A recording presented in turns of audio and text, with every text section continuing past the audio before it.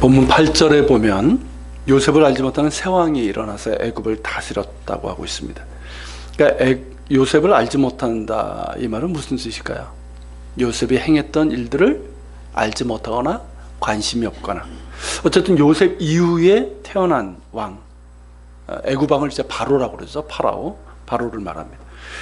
여기서 이제 출애굽의 역사성에 대해서 잠시 살펴보려고 하는데요. 그냥 우리가 성경에 뭐 쓰여 있으니까 그렇게 믿을 수 있지만, 이 역사적인 실제 증거와 상황들을 토대로 이렇게 보면 성경을 보다 우리가 생생하게 느낄 수가 있고, 성경이 역사적인 토대 가운데, 그러니까 세상에 이제 뭐 기독교도 하나의 종교로 보고 그냥 이제 종교의 경전들이 있잖아요. 그 경전들 중에서 정말 역사적인 토대 위에 기록된 경전은 성경밖에 없습니다. 그래서 그 역사적인 토대를 우리가 좀 알아야 된다는 거죠. 자, 요셉을 알지 못하는 새로운 바로가 누구인지에 대해서는 출애굽 연대를 언제로 보느냐에 따라 조금 달라져요. 주전 15세기설이 있고요. 주전입니다. 그리고 주전 13세기설이 있습니다.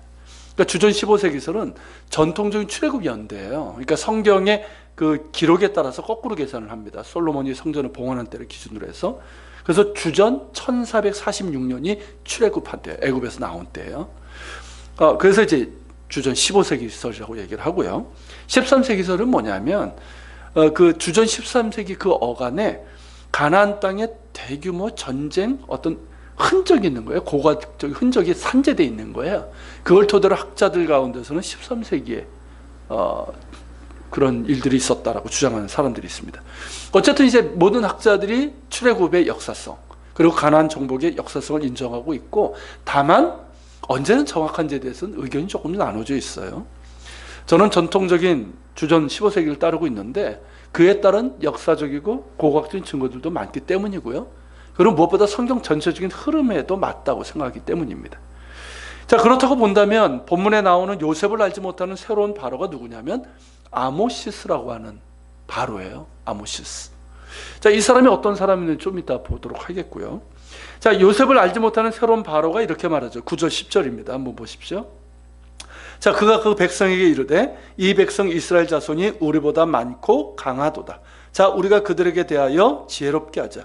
두렵건대 그들이 더 많게 되면 전쟁이 일어날 때 우리 대적과 합하여 우리와 싸우고 이 땅에서 나갈까 하노라. 자, 요셉을 알지 못하는 새로운 바로가 두려워한 우리 대적이 누굴까요? 우리의 대적 아니에요. 여기 보면 우리 대적과 합하여라고 그랬잖아요. 이스라엘은 아니에요. 누구냐면 힉소스족입니다. 힉소스. 자, 이 힉소스족은 원래 어디 살던 사람이냐면 그 성경에 보면 소아시아라고 하는 데 있죠. 소아시아, 터키의 서부 지역을 얘기합니다. 그 지역에 살고 있었던 셈족이에요. 그러니까 이집트 사람들은 함족이고 셈족이에요. 근데 주전 2000년경서부터 제가 지도를 사실은 준비를 했었는데 오늘 좀 이게 잘 안 돼가지고 2000년경쯤에 주전 2000년경쯤에 이게 그 동지중해에서부터 이렇게 인구 이동이 일어났었어요. 그때 블레셋도 내려온 거고 힉소스족들도 밀려가지고 내려온 거예요. 내려와가지고 어디로 들어갔냐면 애굽으로 일부 들어갔어요. 처음에는 그냥 살다가 이들이 점점 세력이 강해지면서 어떻게 됐을까요? 뺏어버린 거예요. 그래서 이제 이집트의 그 나일 삼각주 있죠? 그쪽을 중심으로 해서 힉소스족이 지배하게 됩니다. 그래서 그걸 힉소스 왕조라고 그래요. 한 108년 정도 다스렸는데 이게 어땠냐면 주전 1648년부터 1540년이에요. 주전은 계산이 거꾸로 가는 거 아시죠? 자, 요셉이 죽은 때가 언제인지 아십니까? 언제쯤일 것 같아요? 이 전이에요. 그러니까 주전 1806년에 요셉이 죽었는데 그때는 이집트 사람들이 통치하던 시대였어요. 그리고 요셉이 죽은 지 한 150년쯤 지나서 힉소스족이 나일강 그 하류를 중심으로 해서 한 108년간 통치를 한 거죠. 그러니까 이 힉소스족의 지배를 종식시킨 사람이 바로 아까 제가 소개했던 이 아모시스라는 사람입니다. 이 사람은 누구냐면 힉소스족이 이제 나일강을 아래쪽을 하류를 지배하고 있었고 이 남은 사람들이 쫓겨가지고 어디로 가면 나일강 상류, 지도로 보면 더 아래쪽이죠. 상류 쪽에 이렇게 좀 살고 있다가 세력을 점점 확대해요. 거기에서 이제 바로가 된 사람이 아모시스입니다. 이 사람이 이제 힘을 얻고 나서 힉소스족을 계속해서 공격을 해서 마침내 1539년에 힉소스의 수도 이 아리바스라는 데를 함락하게 됩니다.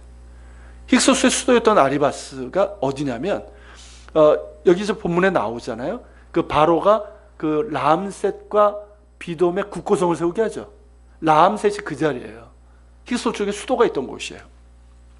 자, 그러니까 요셉을 알지 못하는 이 새로운 바로 아모시스는 누구? 우리의 대적 힉소스. 그 힉소스족을 몰아냈어요. 몰아냈게 했는데, 자, 지금 힉소스 쪽의 수도가 고센 땅 그쪽에 있는 거예요. 같이 있는 거예요. 가까운데. 그러니까 그들과 함께 살고 있었던 누구? 이스라엘 자손들. 이스라엘 자손들을 잠재적인 위협으로 여긴 거예요. 왜냐하면 이스라엘 자손은 힉소스족과 같이 어느 족? 함족이 아니라 셈족이잖아요. 같은 셈족이에요. 언어가 어느 정도 통한단 말이에요. 그러니까 인종적으로 가깝고, 그래서 힉소스족이 지배하던 시대에는 박해받지 않았어요. 그러니까 뭐 오히려 셈족이니까 어떻습니까? 더 좋은 대우를 받았죠.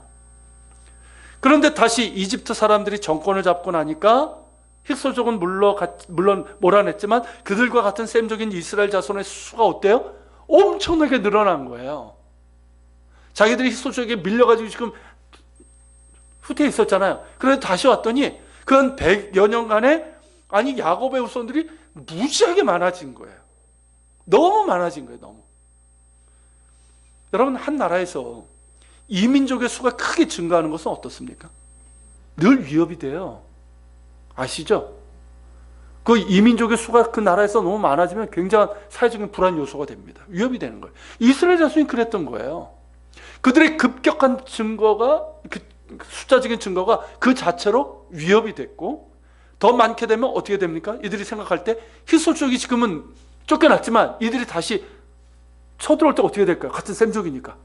같이 힘을 합쳐가지고 우리하고 전쟁을 하면 굉장히 큰 문제가 되잖아요. 그런 이제 잠재적이고 실제적인 위협으로 여겼던 겁니다. 그래서 그들을 어떻게? 노예로 삼아서 그를 통제하고 중한 노역을 해서 이 인구 증가를 억제하려고 했던 거죠. 그 내용이 바로 11절이에요. 11절 보십시오. 감독들을 그들을 위해 세우고 그들에게 무거운 짐을 지워 괴롭게 하여 그들에게 바로를 위하여 국고성 비돔과 라암셋을 건축하게 하니라. 자, 그들에게 강제 노동으로 건축하게 된 국고성 비돔과 라암셋은 어디 있었다고요? 고센 땅에서 가까운 거예요. 이스라엘 백성들이 살았던. 그러니까 이 라암셋은 고센 땅 위쪽에 있습니다. 그리고 비돔은 그 아래쪽에 있어요. 거기 있는 거예요.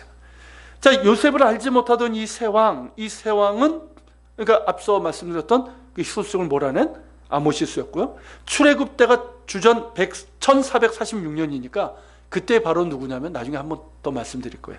아멘호텝 2세라고 하는 사람입니다. 이것을 토대로 하면요, 이스라엘 백성들이 노예로 있었던 기간이 몇 년 정도 되는지 아십니까? 그 전까지는 노예가 아니었어요.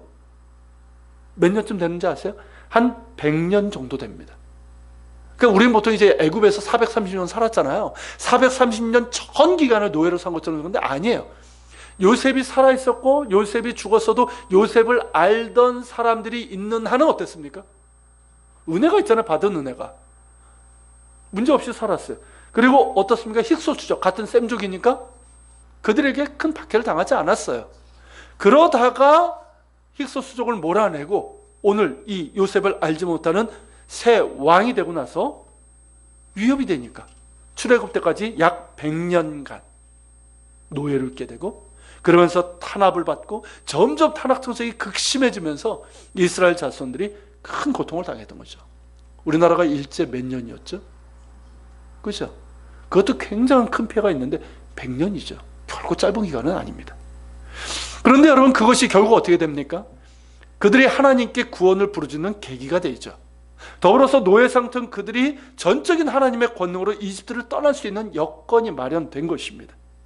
만일 계속해서 요셉을 아는 왕들이 쭉 이어졌거나 같은 셈족인 힉소스의 지배가 계속 이어졌다면 이스라엘 자손들은 과연 이집트를 떠날 생각을 했을까요? 왜 떠나요? 지금 여기가 좋사오니. 고센 땅 얼마나 좋은 땅인데요. 지금 여기가 좋죠. 뭐가 문제예요? 그러니까 아마 떠날 생각 안 했을 거예요. 절대 떠날 생각 안 했을 거예요. 그들이 하나님을 찾았을까요? 그런 가운데? 아니요. 하나님 찾지 않았을 거예요. 비록 고난의 시기였지만 그 고통이 있었기에 그들은 하나님을 찾고 약속의 땅으로 눈길을 돌릴 수 있게 된 것입니다. 지난 시간에도 잠시 나눴지만 고난의 시간은 참 힘들고 고통스럽고 외롭습니다. 그렇죠? 그러나 그 고난의 시간이 있기 때문에 우리가 하나님을 찾게 되고 하나님의 은혜를 경험하게 됩니다. 문제는 우리의 고난이 하나님의 손에 있어야 한다는 것이죠. 그 택한 자, 부르신 자는 그 고난조차도 하나님의 손에 있습니다. 할렐루야. 그리고 하나님의 손에서 고난은 고통으로 끝나지 않습니다. 고난 자체는 고통이지만 고통으로 끝나지 않아요.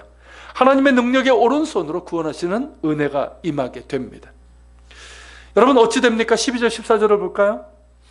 그러나 학대를 받을수록 더욱 번성하여 퍼져나가니 애굽 사람이 이스라엘 자손으로 말미암아 근심하여 이스라엘 자손에게 이를 엄하게 시켜 어려운 노동으로 그들의 생활을 괴롭게 하니 곧 흙 이기기와 벽돌 굽기와 농사의 여러 가지 일이라 그 시키는 일이 모두 엄하더라. 자, 10절에서 보는 것처럼 바로가 분명히 우리가 그들에게 대하여 지혜롭게 하자라고 했죠. 지혜롭게 하자. 자, 지혜롭게 해서 한 일이 뭡니까? 그들을 노예로 삼고 가중한 육체 노동을 부과시킨 거예요. 시세로 여러분 이렇게 억압하고 가중한 육체 노동 하게 되면 어떻습니까? 가난과 질병이 생겨요. 그리고 극심한 육체적인 피로 때문에 자연적인 인구 증가가 억제가 됩니다. 실제로 그렇게 하거든요. 근데 이스라엘 자손의 경우는 어땠어요? 이상한 사람들이에요. 아니 학대를 받을수록 더욱 번성하여 퍼져나가는 거예요. 이상한 노릇이죠.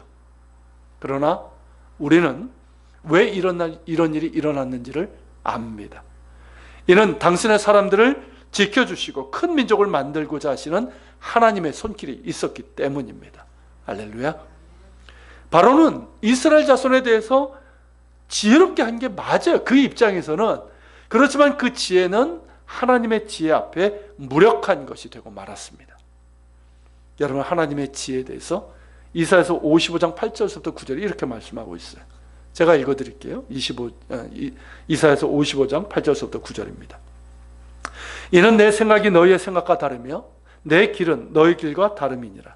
여호와의 말씀이니라. 이는 하늘이 땅보다 높음같이 내 길은 너희 길보다 높으며 내 생각은 너희 생각보다 높음이니라. 로마서 11장 33절 역시 그렇게 말씀합니다. 깊도다 하나님의 지혜와 지식의 풍성하며 그의 판단은 헤아리지 못할 것이며 그의 길은 찾지 못할 것이로다. 아멘. 여러분 당시 애굽은 어떤 나라인지 아십니까? 그냥 나라가 아니에요. 그 당시에 이제 최강대국일 뿐만 아니라 지혜의 나라로 유명한 곳이었어요. 애굽에 실제로 많은 이제 문헌들 있잖아요. 이렇게 상형 문자들. 그게 보면 거의 지혜에 관한 얘기예요. 그러니까 지혜자들이 많았고 지혜 문학이 발달한 나라였어요. 그러니까 그들 나름대로 지혜롭게 한 거예요, 이거는. 그러나 그들의 지혜가 아무리 크고 높은들 하나님의 지혜에 미칠 수 있겠습니까? 안 되죠. 하나님의 지혜. 곧 그분의 생각은 우리의 생각보다 높을 뿐만 아니라 우리가 헤아리지 못하고 그분의 길 역시 사람이 찾지 못할 만큼 탁월합니다. 그러므로 가장 지혜로운 것은 뭘까요? 가장 지혜로운 것은 수를 쓰는 게 아니에요. 가장 지혜로운 것은 하나님을 경외하는 것입니다. 하나님을 경외하는 거예요. 여러분 지혜 문학에 속하는 성경의 책들이 있죠. 뭡니까? 잠언, 전도서, 욥기 이런 책들이 있어요. 여러분 잠언 9장 10절에서 무엇이 지혜라고 얘기하고 있습니까? 여호와를 경외하는 것이 지혜의 근본이요 거룩하신 자를 아는 것이 명철이니라. 여러분 전도서도 마찬가지죠. 전도서 12장 13절 이게 전도서의 결론인데 일의 결국을 다 들었으니 여호와 하나님을 경외하고 그의 명령을 지킬지어다. 이것이 모든 사람의 본분이니라. 여러분 지혜의 근본 참된 명철은 하나님을 경외하는 것입니다. 거룩한 자 곧 예수 그리스도를 아는 것이 그분을 경외하고 그의 명령을 지키는 것입니다. 이것이 곧 지혜이고 모든 인생의 본분이에요. 그렇기 때문에 지혜는 다른 말로 하면 뭐냐면 겸손이라고 할 수 있어요. 아십니까 여러분? 자신의 지혜를 자랑하고 믿는 사람은 하나님을 경외하는 참된 지혜에 이를 수 없습니다. 나는 그저 피조물이고 아무리 지혜롭다 할지라도 하나님 앞에서는 어리석은 짐승과 같음을 깨닫는 것, 이게 지혜예요. 그 겸손한 지혜만이 하나님을 경외하며 그의 명령을 지키는 참된 지혜에 이르게 되고, 그 참된 지혜는 우리에게 생명과 자유와 평안과 축복을 줍니다. 그런 지혜를 구할 수 있길 바랍니다. 즉 언제나 하나님 앞에 겸손히 엎드려서 하나님을 나의 온 마음과 뜻과 힘을 다해서, 즉 나의 마음과 나의 지성과 나의 체력적인 힘을 다해서 하나님을 사랑하는 자가 되시기를 사모하시고 구할 수 있기를 바랍니다. 참된 지혜자가 될 것입니다. 그게 지혜예요. 그리고 성령님께서 하늘의 지혜를 우리에게 허락해 주실 줄 믿습니다. 그리고 여러분, 본문에서 볼 수 있는 또 한 가지 사실은 뭐냐면, 하나님의 지혜는 창조의 행위라는 거예요.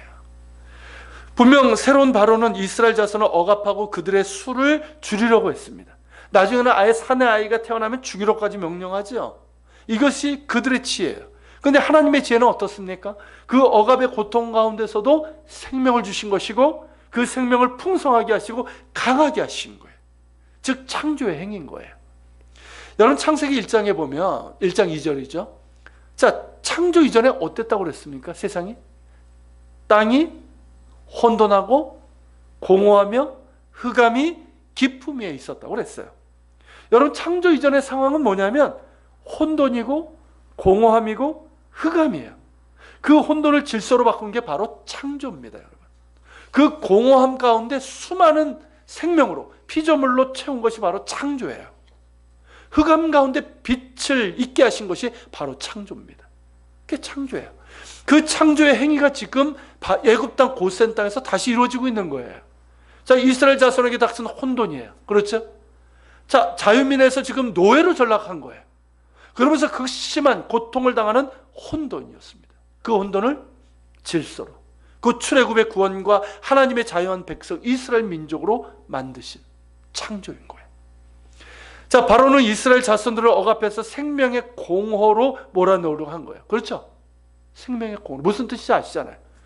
하나님의 지혜는 어떻습니까? 도리어 그 생명의 풍성함과 강건함으로 이끄셨어요. 창조의 행위죠. 자, 고난의 어두운 터널입니다. 언제 끝납니까 하는 그 고난의 터널이에요. 그 터널에 빛을 비추셔서 그들을 하나님의 영광의 빛 가운데로 들어가게 하셨습니다. 그 창조의 행위가 지금 일어나고 있는 거예요. 그래서 여러분, 하나님의 지혜는 창조입니다. 하나님의 구원은 언제나 창조예요. 이에 대해서 이사야서 43장 18절부터 21절이 이렇게 말씀하고 있어요. 이 역시 제가 읽어드리겠습니다. 너희는 이전 일을 기억하지 말며 옛날 일을 생각하지 말라. 보라, 내가 새 일을 행하리니 이제 나타날 것이라. 너희가 그것을 알지 못하겠느냐.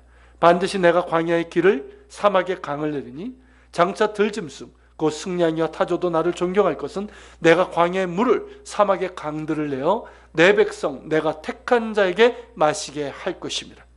이 백성은 내가 나를 위하여 지었나니 나를 찬송하게 하려 함이니라. 어떻습니까, 여러분? 딱 이때 이스라엘 자손에게 해당되는 말씀 아닙니까? 이제 하나님께서 새 일을 행하실 거예요.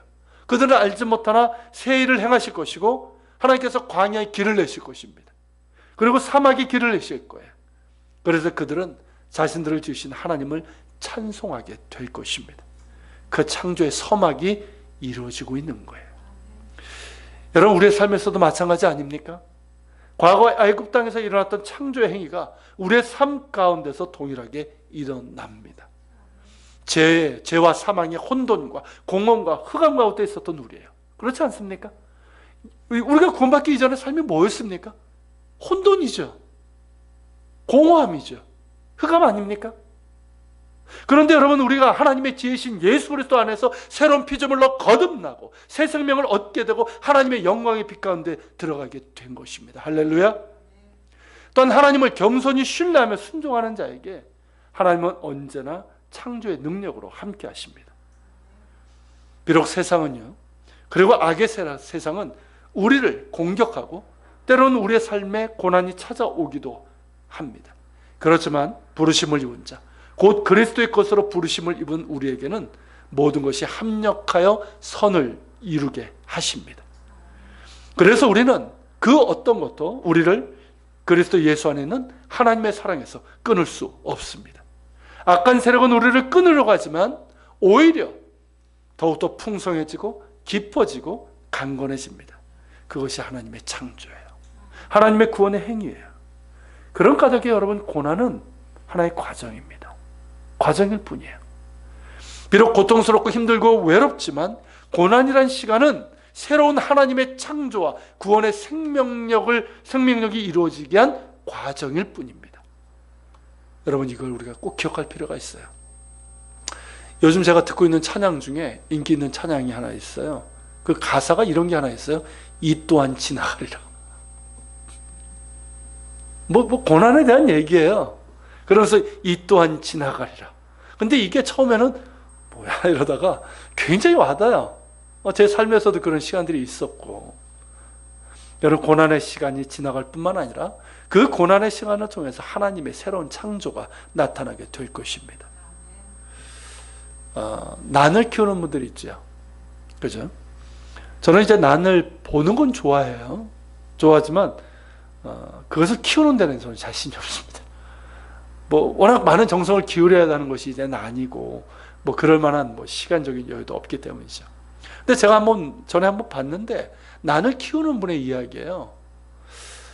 난 중에 정말 고가의 그런 난이 있잖아요. 굉장히 비싼 고가의 난이 있어요. 아주 희귀한 난. 근데 그 난 중에서는 난에 평생 꽃을 몇 번밖에 피우지 않는 것들이 있답니다. 매년 피우는 게 아니라 난의 그 수명 가운데서 불과 몇 번 피울 때가 있대요. 근데 그나마조차도 잘 피우지 않는답니다. 그런데 그 꽃을 피우게 하는 방법이 있답니다. 그게 뭔지 아십니까? 난을 혹독한 환경 가운데 두는 거래요. 이해가 좀 안 되더라고요. 그 고가의 난을 혹독한 환경으로 이렇게 만들어가지고 넣었는데요. 이 말은 뭐냐면 물을 최소량을 준답니다. 그리고 겨울에는 베란다에 둔대요. 안으로 두지 않고. 그래서 혹독한 겨울을 나게 한답니다. 그러면 난이 어떤지 아십니까? 얘가 살기 위해 가지고, 이 꽃이 살기 위한 방법이 뭔지 아십니까? 자손을 퍼뜨려야 되잖아요. 그러니까 꽃을 피운다는 거예요. 그때 후손을 번식해서 꽃을 피운다는 거예요. 그런데 여러분, 난의 주인이 정말 난을 혹독하게 다룰까요? 내팽개치고 신경도 쓰지 않을까요? 그냥 말라 죽도록 얼어 죽도록 놔둘까요? 절대 그렇지 않습니다. 수시로 살펴요. 그리고 냉에 상한 곳이 없는지를 살피고, 너무 말라 죽지 않도록 최소량의 물도 주고, 잎사귀 정성껏 닦아주고, 흙에 좋은 영양분을 줍니다. 그렇게 정성껏 돌봐요. 그러는 나는 어떻습니까? 난의 입장에서는 혹독한 거예요. 그 혹독함을 치러야 되는 거예요. 난의 입장에서는 혹독한 환경인 것이죠. 그러나 그럴 때 나는 그 아름다운 꽃을 피울 수 있는 거예요. 여러분, 온수 속의 화초는 어떻습니까? 그런 아름다움이 없어요. 그러니까 당장은 잘 자라요. 온수 속의 화초는 당장은 잘 자라고 빨리 꽃도 피는 것 같은데 오래가지 못합니다. 그리고 그 꽃의 아름다움은요, 혹독한 가운데 피는 이런 꽃과는 비교할 바가 못 됩니다. 제가 그 이야기를 듣고요, 하나님께서 우리에게 그렇게 하실 때가 있다는 생각이 듭니다. 실제로 그렇지 않습니까? 자, 마치 난이 그랬던 것처럼 이스라엘 자손도 어땠습니까? 그 극심한 고통 가운데 있을 때 그들에게서 하나님을 찾는 믿음의 봉우리가 올라온 거예요. 만약에 그 극심한 고통이 없었다면 그들은 하나님 찾지도 않았어요. 그리고 조상들에게 주신 언약, 하나님의 언약을 기억하고 그것을 붙들고 부르짖는 하나님의 은혜에 대한 갈망과 꽃봉우리가 터지게 된 거예요. 그리고 앞으로 보겠지만 광야라는 절대적인 환경 속에 하나님께서 그들을 이끄시죠. 광야로 이끄셔요. 물론 그들의 불순종이 있었지만 광야로 이끄셔요. 여러분, 광야라는 그 절대적인 환경 속에서 그들이 넘어지고 반복적으로 불순종을 하긴 했지만 하나님께서는 그들을 결코 포기하지 않으시고 그들을 돌보시고, 그래서 결국 하나님의 백성으로 약속의 땅에 들어가도록 하셨습니다. 꽃을 피우게 하신 거예요. 여러분, 우리 삶에서도 마찬가지 아닙니까?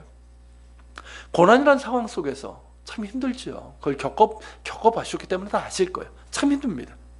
그때는 정말 그런 생각도 들어요. 하나님이 침묵하시는 것 같기도 하고 외면하시는 것 같기도 해요. 살려달라고 하는데 어쩔 때는 막 신음밖에 안 나오지 않습니까? 근데 외면하시는 것 같아요. 그런 상황이라 할지라도 난을 키우는 사람이 그랬던 것처럼 하나님께서는 그 눈을 우리를 향해 드십니다. 우리를 향해 드셔요. 그리고 우리를 지키시고 우리가 그 가운데서 말라 죽지 않도록 돌보시고 우리 안에 하나님을 향한 믿음과 갈망의 봉우리를 일으키시고 마침내 고난의 시간이 끝났을 때 꽃을 피우게 하십니다. 욥이 그랬던 것처럼 정금과 같은 믿음으로 나올 수 있는 은혜를 주시는 거예요. 그러므로 여러분, 하나님을 바라봅시다. 더욱 하나님을 바라봅시다. 하나님의 지혜 앞에 겸손하고 하나님의 창조 행위를 믿고 소망하는 데 인내합시다. 여러분, 고난이라는 시간은 무의미한 시간이 아니에요. 고통의 시간이 아니에요. 하나님의 창조가 일어나는 시간입니다. 할렐루야. 마침내 하나님의 은혜 가운데서 아름답고 풍성한 꽃을 피우게 될 줄로 믿습니다. 다시 본문으로 가세요. 15절 16절을 보면, 자, 이스라엘 자손을 노예로 삼아서 가중한 노동을 시켜도요, 오히려 어떻습니까? 더욱더 번성하는 기이한 현상이 일어나잖아요. 그러니까 애굽의 바로는 이 히브리 산파 시브라 부하라고 하는 이들에게 히브리 여인을 도울 때 그 자리를 살펴서 아들이거든 죽이고 딸이거든 살려두라고 명령을 내리기 이릅니다. 아들은 기본적으로 이게 군사가 될 수 있잖아요. 그래서 그런 거예요. 요즘은 별로 이렇게 대우를 못 받지만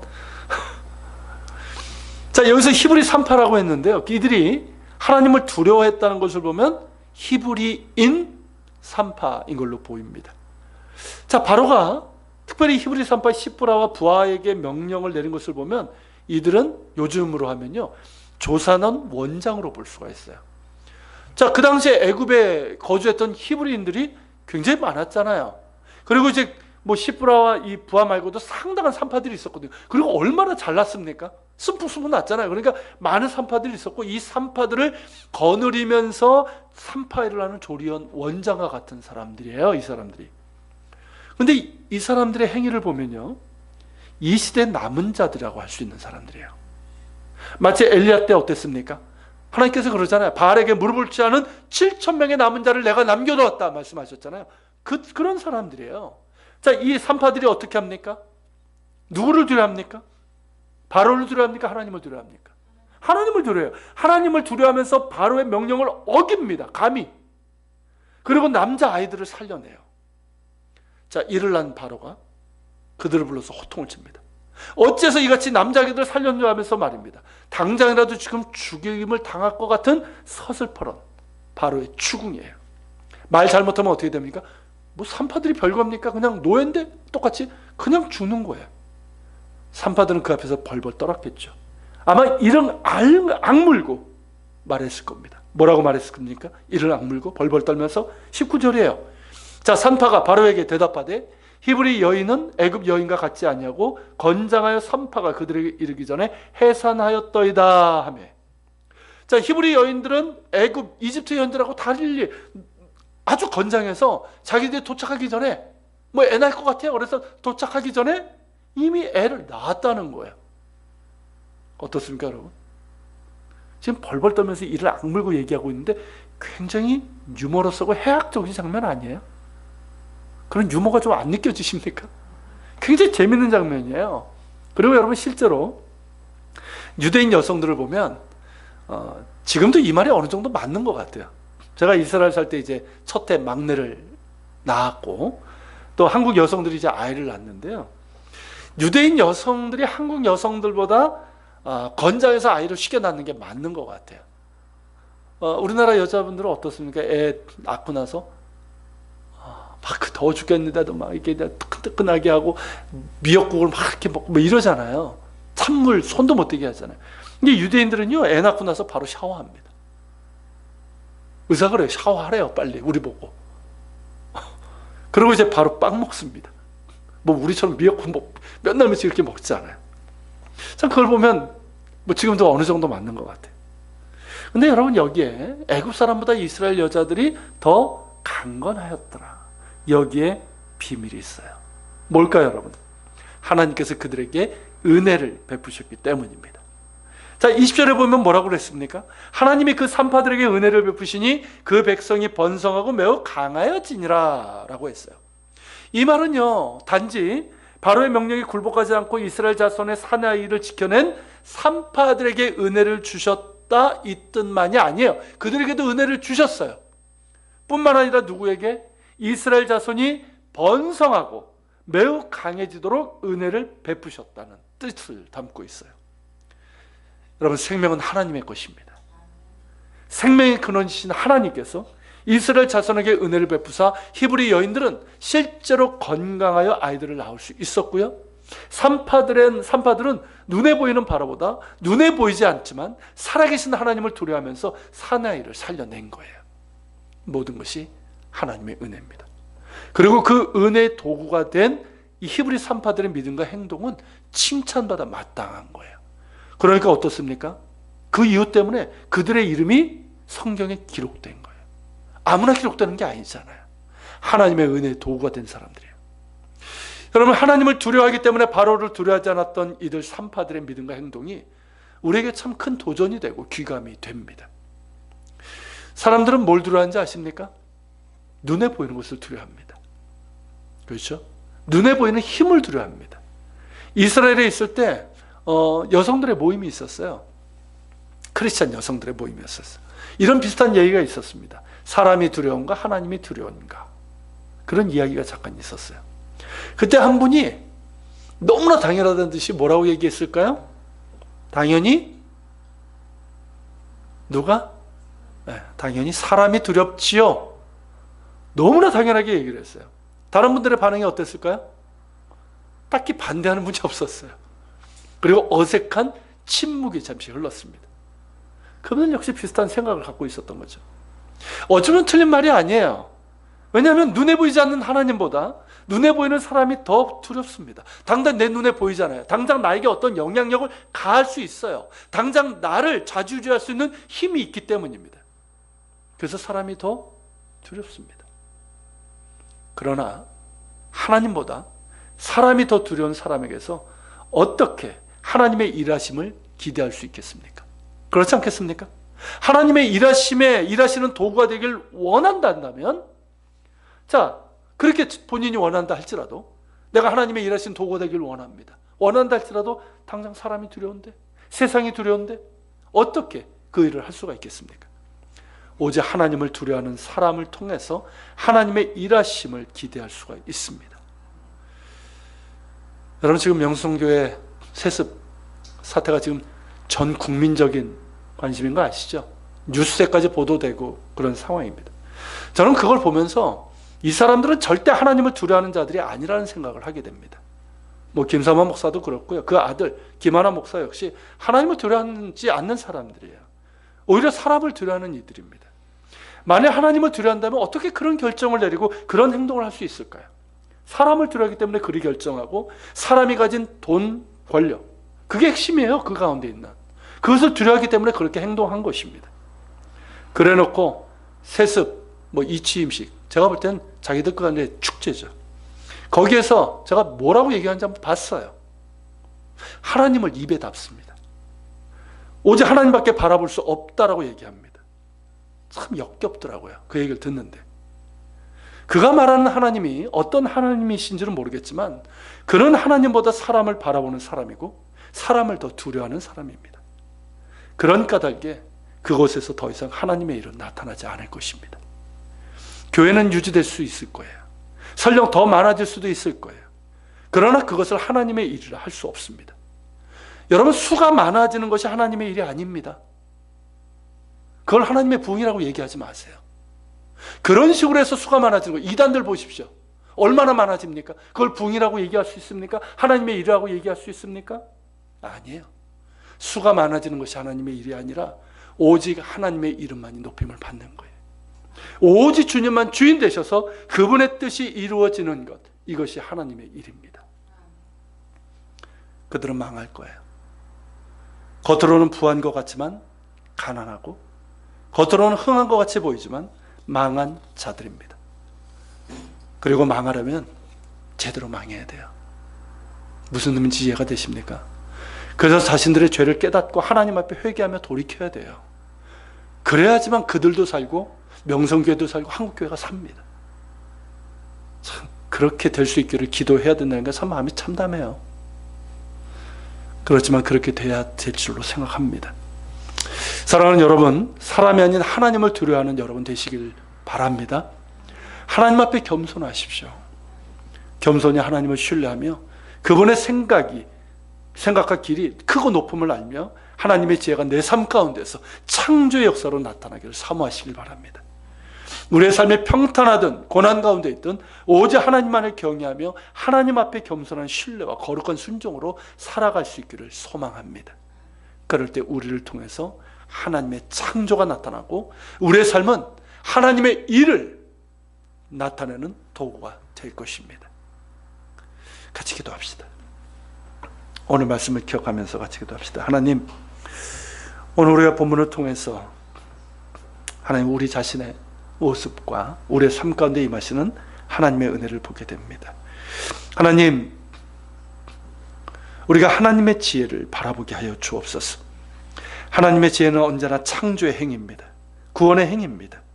특별히 하나님 우리의 삶 가운데서 하나님의 창조가 일어나길 원합니다. 우리가 하나님 어려움을 당할 때, 때로는 하나님 고난의 어둠의 긴 터널을 지날 때 하나님 우리가 낙심하지 않게 하시고, 비록 우리가 알지 못하나 하나님의 생각과 길은 크고 높으며 하나님께서 창조의 행위를 일으키실 것입니다. 그래서 하나님 우리가 정말 아름다운 꽃을 피울 수 있도록 도와주시옵소서. 그리고 하나님 히브리 산파들이 그랬던 것처럼 사람을 두려워하는 것이 아니라 하나님을 두려워하는 저희들 되게 하여 주옵소서. 입으로만 하나님 떠들지 않게 하시고 마음으로 정말 하나님을 두려워하며 경외하는 우리가 되게 하여 주시길 원합니다. 그래서 하나님의 일하심을 드러내는 도구가 되게 하여 주옵소서. 그리고 우리 한국교회를 위해서 기도합시다. 명성교회, 참으로 참담한 이 상황 속에서 우리가 한국교회를 위해서 기도하면서 하나님 용서해 주시고 긍휼을 베푸시고 고쳐 주시옵소서. 우리 같이 합심해서 기도하고 여러분들의 기도 제목을 가지고 같이 기도하는 시간을 갖도록 하겠습니다. 같이 기도합니다.